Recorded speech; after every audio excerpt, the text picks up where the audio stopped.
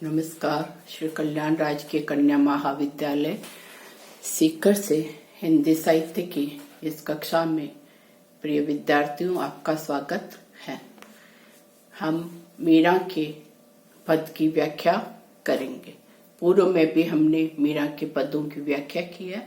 उसी क्रम को आगे बढ़ाते हुए आज हम पद संख्या 7 और 8 की व्याख्या करेंगे।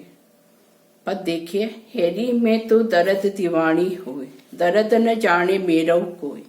घायल की गति घायल जाने की जन लाई होए। जोहरी की गति जोरी जाने की जिन जोहर होए।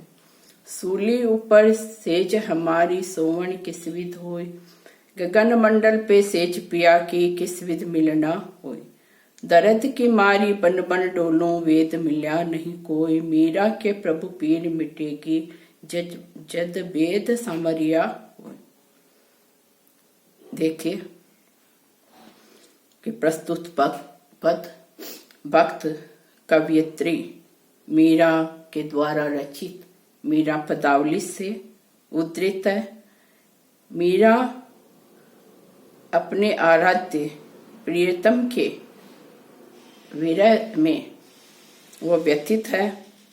वह अपनी इस वेदना को अपनी सखी से व्यक्त करती हुई कहती है कि ये सखी, मैं तो प्रेम की पीड़ा से पागल हो गई हूँ, बावली हो गई हूँ। हेरी में तो दर्द दीवानी हो। कि ये सखी, मैं तो प्रेम की पीड़ा से पागल हो गई हूँ। दर्द न जाने मेरो कोई, कि मेरे इस दर्द को कोई भी नहीं जानता। घायल की गति घायल जाने की जिन लाई हो। ये सखी, घायल व्यक्ति ही घायल व्यक्ति की पीड़ा को समझ सकता है, अन्य कोई उसकी पीड़ा को नहीं समझ सकता। जोरी की गति जोरी जाने की जिन जोहर हो।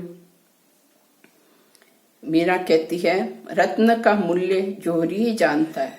जिसने जवाहरात का काम किया हो वही उसकी कीमत को समझ सकता है, अन्य नहीं। तो मीरा कहती है कि जिस प्रकार जिसने जोहर किया हो वही नारी जोहर की वेदना को समझती है। जिसके कारण जोहर किया गया हो वही उसकी पीड़ा को समझ सकता है। तो मीरा विरह की जो पीड़ा है मीरा की, तो उस विरह की पीड़ा को जो स्वयं आहत व्यक्ति है वही उस वीर की वेदना को समझ सकता है। मीरा के अनुसार मीरा कहती है कि प्रेम करके कि वह इस विरह पीड़ा में लीन रहना सूली की सैया पर सो जाने के समान है। कि जैसे कि सूल की सैया हो, कांटे की सैया हो, उस पर कि नींद लेना असंभव होता है। तो विरहिणी का भी अपने प्रियतम के अभाव में कि वह रात दिन भयंकर वह पीड़ा उसे सालती रहती है, पीड़ित करती है, दंशित करती है, वह ऐसे ही वेदना होती है। मीरा कहती है आगे के पंक्तियों में, सूली ऊपर सेज अमाने सोमन किस भी दोई। गगन मंडल में सेज पिया की वह प्रिया की सैया कहाँ है? आद्य प्रेतम की सैया गगन मंडल पर है। कि ज्ञान मार्ग की आध्यात्मिक जो साधना है वह शून्य में स्थित सहस्त्रधार चक्र में स्थित है। तो उस सहस्त्रधार चक्र जो अगम्य स्थल है, वहां उस प्रेतम परमात्मा से कैसे मिला जा सकता है? कि वह साधना बड़ी दुष्कर है, कठिन है, से मिलना कैसे संभव हो सकता है? कि वह कठिन साधना से ही उस प्रेतम को पाया जा सकता है। दर्द की मारी बन बन डोलों वेद मिल्या नहीं कोई। मीरा कहती है कि मैं दर्द के कारण वन वन में भटकती फिरती हूँ, लेकिन मेरी इस प्रेम की पीड़ा का उपचार करने वाला वैद्य मुझे आज भी नहीं मिला है। कि मेरी इस पीड़ा का निवारण नहीं हो सका है। मीरा कहती है मीरा के प्रभु पीर मिटेगी जद वेद समरिया हो। कि मीरा ये मानती है कि इसकी ये जो विरह की पीड़ा है, वेदना है, उसका निवारण मात्र सांवरिया श्री कृष्ण के अलावा किसी के पास नहीं है। कि प्रियतम श्री कृष्ण के मिलन से ही मुझे इस पीड़ा से मुक्ति मिल सकती है, अन्यथा नहीं। तो यहाँ मीरा ने अपनी पीड़ा की जो वास्तविक अनुभूति है मीरा की, उसका कवि ने वर्णन किया है। और जो जाके न पाटी पेर विवाई सो क्या जाने पीर पराई, ये जो कहावत है वो सही साबित होती है कि वास्तव में पीड़ा का अनुभव उसी व्यक्ति को हो सकता है जिसने उस पीड़ा को सहन किया है, महसूस किया है। मीरा ने अपने आप को दर्द की दीवानी कहकर अपनी इस असह्य पीड़ा का मीरा ने इन पंक्तियों में वर्णन किया है।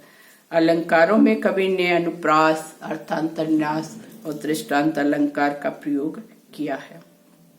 अगला पद है 8वां हमारी पाठ्य पुस्तक में संकलित।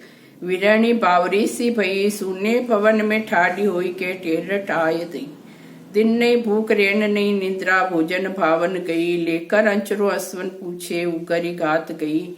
मीरा कहे मन मोहन प्यारे जाता कुछ न कही।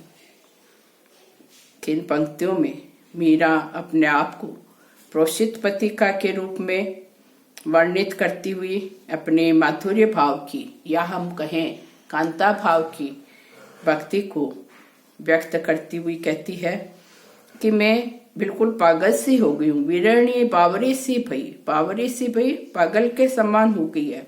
सुने भवन में ठाड़ी हुई के टेरत आई दी, कि अपने सुने भवन में खड़ी होकर वेदना से युक्त होकर वह ऊंची आवाज में प्रीतम को पुकारती है, अर्थात हम कहें अपने दुर्भाग्य को वह कोसती है।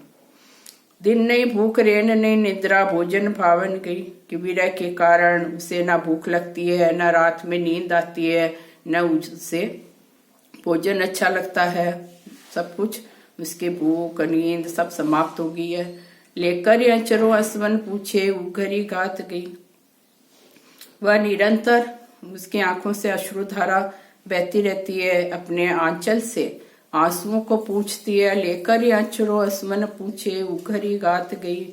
और कभी खुले शरीर से गात मीन्स शरीर से बदन से ही घर से बाहर आ जाती है। अत्यधिक विरह वेदना के कारण उसे अपने शरीर की सुध बुध भी नहीं रहती। लेकर ही अंचरो असवन पूछे उघरी गात गई, कि अपने खुले गात से तात्पर्य शरीर कि अपने शरीर के सुध बुध वह खो चुकी है। मीरा कहे मन मोहन प्यारे जाता कुछ न कहीं। मीरा कहती है कि हे प्रिय मनमोहन, कि आपने जाते समय मुझे कुछ भी नहीं कहा। कि विरह के कारण पागल होने का वर्णन यहाँ किया गया है कि प्रीतम की विरह व्यथा असह्य है और उस वेदना का अंत नहीं है। तो मीरा की यहाँ विरह वेदना का या हम कहें विप्रलम्ब श्रृंगार का कवियत्री के द्वारा वर्णन किया गया है। ये इसके भावों की वो अतिरेक हम है कि किस तरह से वह वेदना से ग्रसित है। अनुप्रास एवं स्वभावोक्ति अलंकार का प्रयोग हुआ है और मुहावरों का प्रयोग भी भावों की गंभीरता को लिए हुए है। जैसे उगरी गात गई मुहावरे का यहाँ प्रयोग हुआ है। धन्यवाद।